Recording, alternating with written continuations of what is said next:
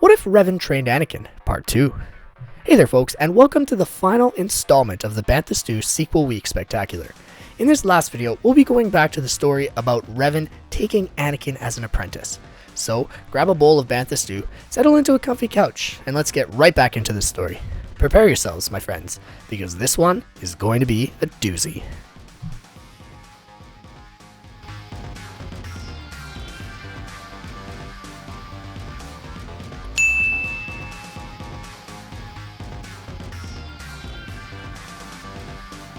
Where we left off, things were looking pretty good for the galaxy. The Jedi Order was losing members, and a new sect of Force users headed by Revan and Anakin was doing well. Anakin starts to train Luke and Leia on Naboo, and he's also dedicated to the well-being of his other students. Padme is being groomed to become the next Supreme Chancellor of the Republic, and peace abounds. However, a strange call is received by Revan one day from Ahsoka Tano, who, in her adventures, has stumbled into the unknown regions. She tells him of threats out there, and she says that now is the time that she needs his help. How do these impact the rest of how her story plays out? Let's keep going and figure that out. In this scenario, Anakin wants to go with Revan. However, he knows that he must stay with his children. Revan tells Anakin that he looks forward to seeing his old apprentice again, and that he hopes he can return to the galaxy after his journey to help him build the New Order. Revan nods, understanding that Anakin had new duties as a father, and he respects him for it. After all, once, a long time ago, he had left his pregnant wife to fight a Sith Lord in the Outer Rim. That had resulted disastrously for Revan, especially since he was now in a completely new time period. While Revan was happy he'd been able to meet Anakin and found this new order, he still wished that he could have met his son. Revan tells Anakin that he's proud of the man for not making the same mistakes which he had in the past, and he gives his former apprentice a brotherly embrace. Before Revan departs, Anakin remarks that he can't wait to hear all of his stories when he got back. He also says that he'll take good care of the new order. Revan smirks, telling Anakin that he was sure that both he and Ahsoka would have plenty of new tales to tell, and that Anakin would do just fine managing their fledgling group of Force users. Then, Revan hops into his starship and zooms away, hoping to find the coordinates that Ahsoka had provided him. When Revan arrives at those coordinates, he's a little bit shocked. They're very far away in the unknown regions, and he had never ventured out this far before. In fact, Revan is surprised that he'd made it to this world safely. Ahsoka must have given him an exact route to travel, as he'd heard from many navigators and explorers in the past that there were lots of hyperspace obstructions on these paths. The world is icy, and Ahsoka had given him instructions on where to land on the planet. Revan lands, and he's greeted with an icy surface. Ahsoka is nearby, along with two blue-skinned, red-eyed aliens wearing pristine military uniforms. Ahsoka embraces Revan, happy to see him again for the first time in many years. She then introduces him to the Chiss, one of whom she says is Admiral Ar'alani, and the other indicating that he is Commander Thrawn. In this timeline, because of the Galactic Empire was never formed, Thrawn remains in the Chiss ascendancy and experiences another demotion to the rank of Commander, rather than being banished.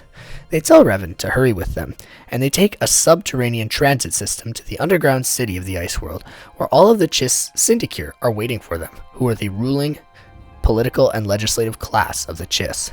Not quite on the level of the aristocra, who are the rulers of the Chiss, but these families manage a lot of the legislative affairs as well. Thrawn begins to speak to the legislative body, and Revan is perplexed. However, Ahsoka tells him that he'll learn what's going on very soon. Thrawn tells the body that now they had two Force wielders to help them move in against their enemies, ones that were similar to the Jedi who he had met many years ago during the Clone Wars, Anakin Skywalker. Revan is flabbergasted that this strange alien knows his apprentice, and Ahsoka tells him that the mission had been top secret, which is probably why neither Anakin nor Padme had told him about it when they had met Thrawn. Admiral Ar'alani says that now would be the best time to strike back against the Grisks, and there had clearly been a shift towards seeking to eradicate the Chiss and move into the rest of the galaxy. Revan asks Ahsoka who the Grisks are, and she whispers that they're a threat to the galaxy that she'd encountered recently on her travels, and that she knew that the Republic would never listen to her, especially as a disgraced Jedi. That's why she'd called Revan. Recently, the Chiss had discovered whisperings of a homeworld for the Grisks, even though they had been thought to have been nomadic, and now they were debating whether or not to subjugate this world. Chiss intelligence had verified these claims, and it looked like there was solid reason to believe that this would be a good time to strike.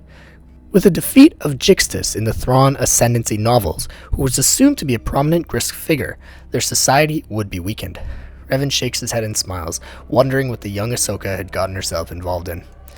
After a significant period of deliberations between the Syndicate members, an agreement is reached. Supreme General Bakif is in favor of the plan, despite it violating the tradition of Chiss isolationism. He believes that this would be for the greater good of Chiss society, and the Syndicate actually agrees with him, given recent events. Thrawn and Arlani lead an attack force to this newly discovered planet, with the Force users to help them. Before leaving, Revan contacts Anakin and he tells him that he's met Thrawn and that he's going to help defeat these mysterious Grisks. Anakin wishes him well and says that despite not being physically present, he would meditate, and he would engage in the ancient Jedi practice known as battle meditation when required. This had been a favorite technique of Bastila Shan, who had been Revan's wife. Revan figured that it would be prudent to teach the technique to Anakin, as he'd known that he would be the chosen one, and that it appeared to have paid off. Revan thanks Anakin for his support, and he ends up going to end the Grisk hegemony once and for all, alongside Ahsoka, Thrawn, and many other Chiss. In navigating what the Chiss call the Chaos, Revan notices that they use an extremely interesting technique. When he's on the bridge, he sees that they use young girls to reach out with the Force and guide their ships. Revan is even more blown away by the name Skywalker, which they'd given their children. What a coincidence that his Padawan shared that name. Maybe it was just something that the Force wanted people to know. As they continue to travel through space, Revan meditates, preparing himself for the upcoming battle. He remembers his experiences with Anakin, and he looks forward to telling him about his adventure with Ahsoka when he returns. Finally, after jumping out of hyperspace, the Chiss attack force is greeted by a surprise. The coordinates that they'd been given had no planet nearby.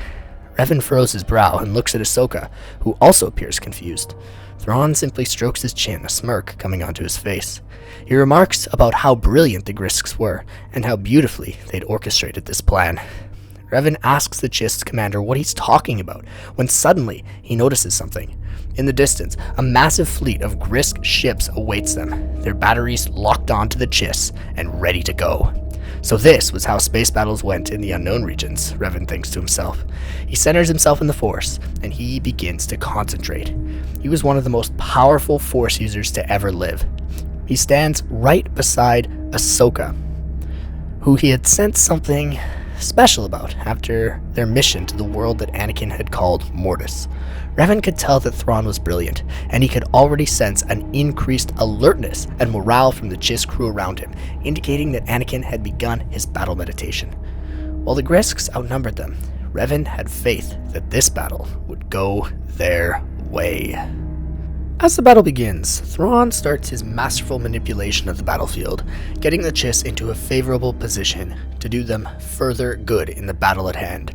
Arlani appears not to question Thrawn, even though his battle tactics are unorthodox. Revan could feel Anakin's Force meditation permeating through the room, as all of Thrawn's troops were more alert. Ahsoka calmly meditates as well, and Revan could sense that her battle meditation strategy was causing confusion within the Grisk ranks. Thrawn's ships fire back at the Grisks, gravely damaging many of them.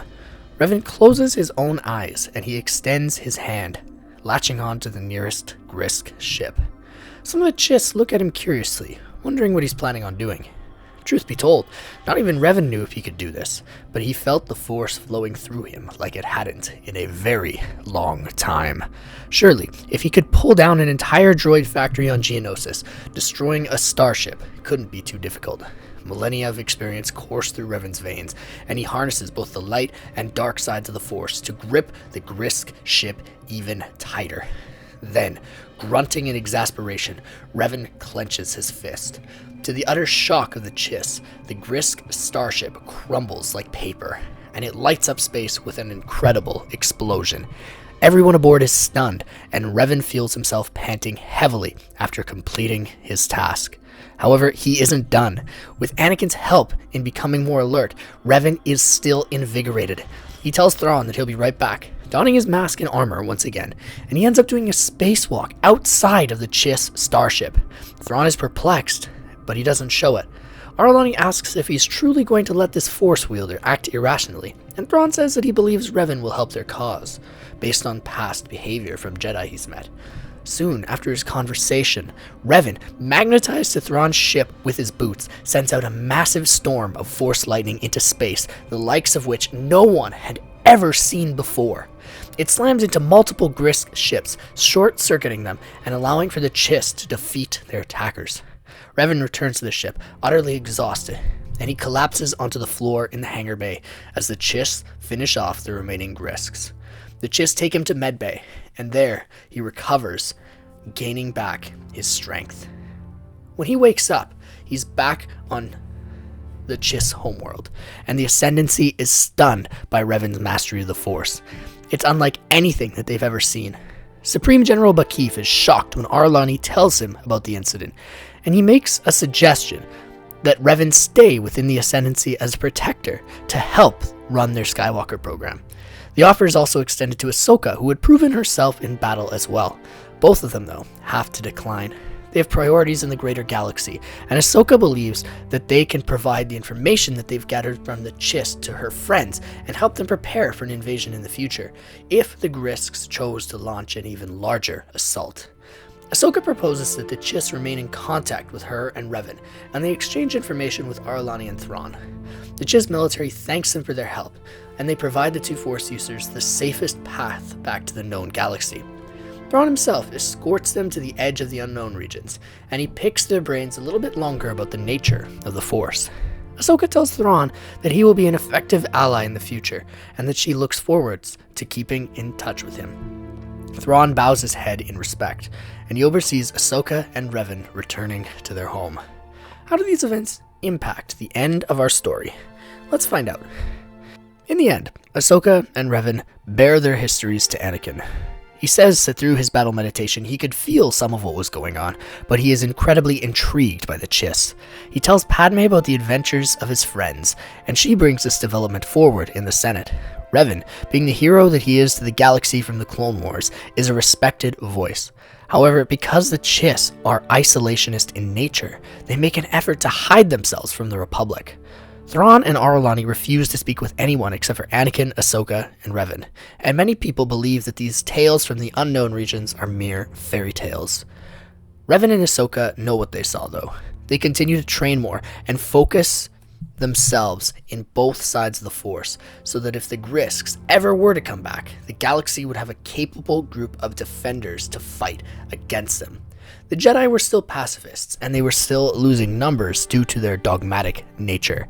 Anakin and Revan have to enable this new generation of Force users to come forward and really come out of their shells, embracing the power that both sides of the Force had while remaining neutral.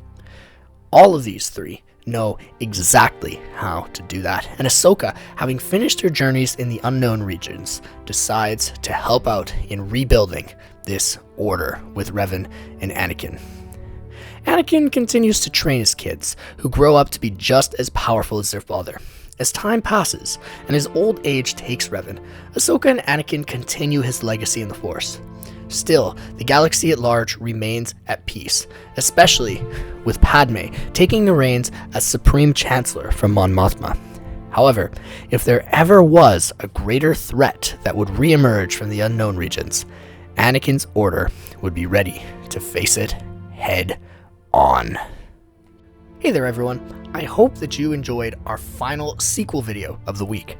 If you did, I'd recommend checking out the first part if you haven't already, What If Revan Trained Anakin?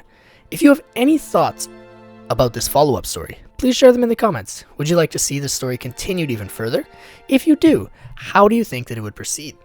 Have a fantastic rest of your day, Star Wars friends, and as always, I hope that you've had your daily delicious dose of nutritious Bantha stew.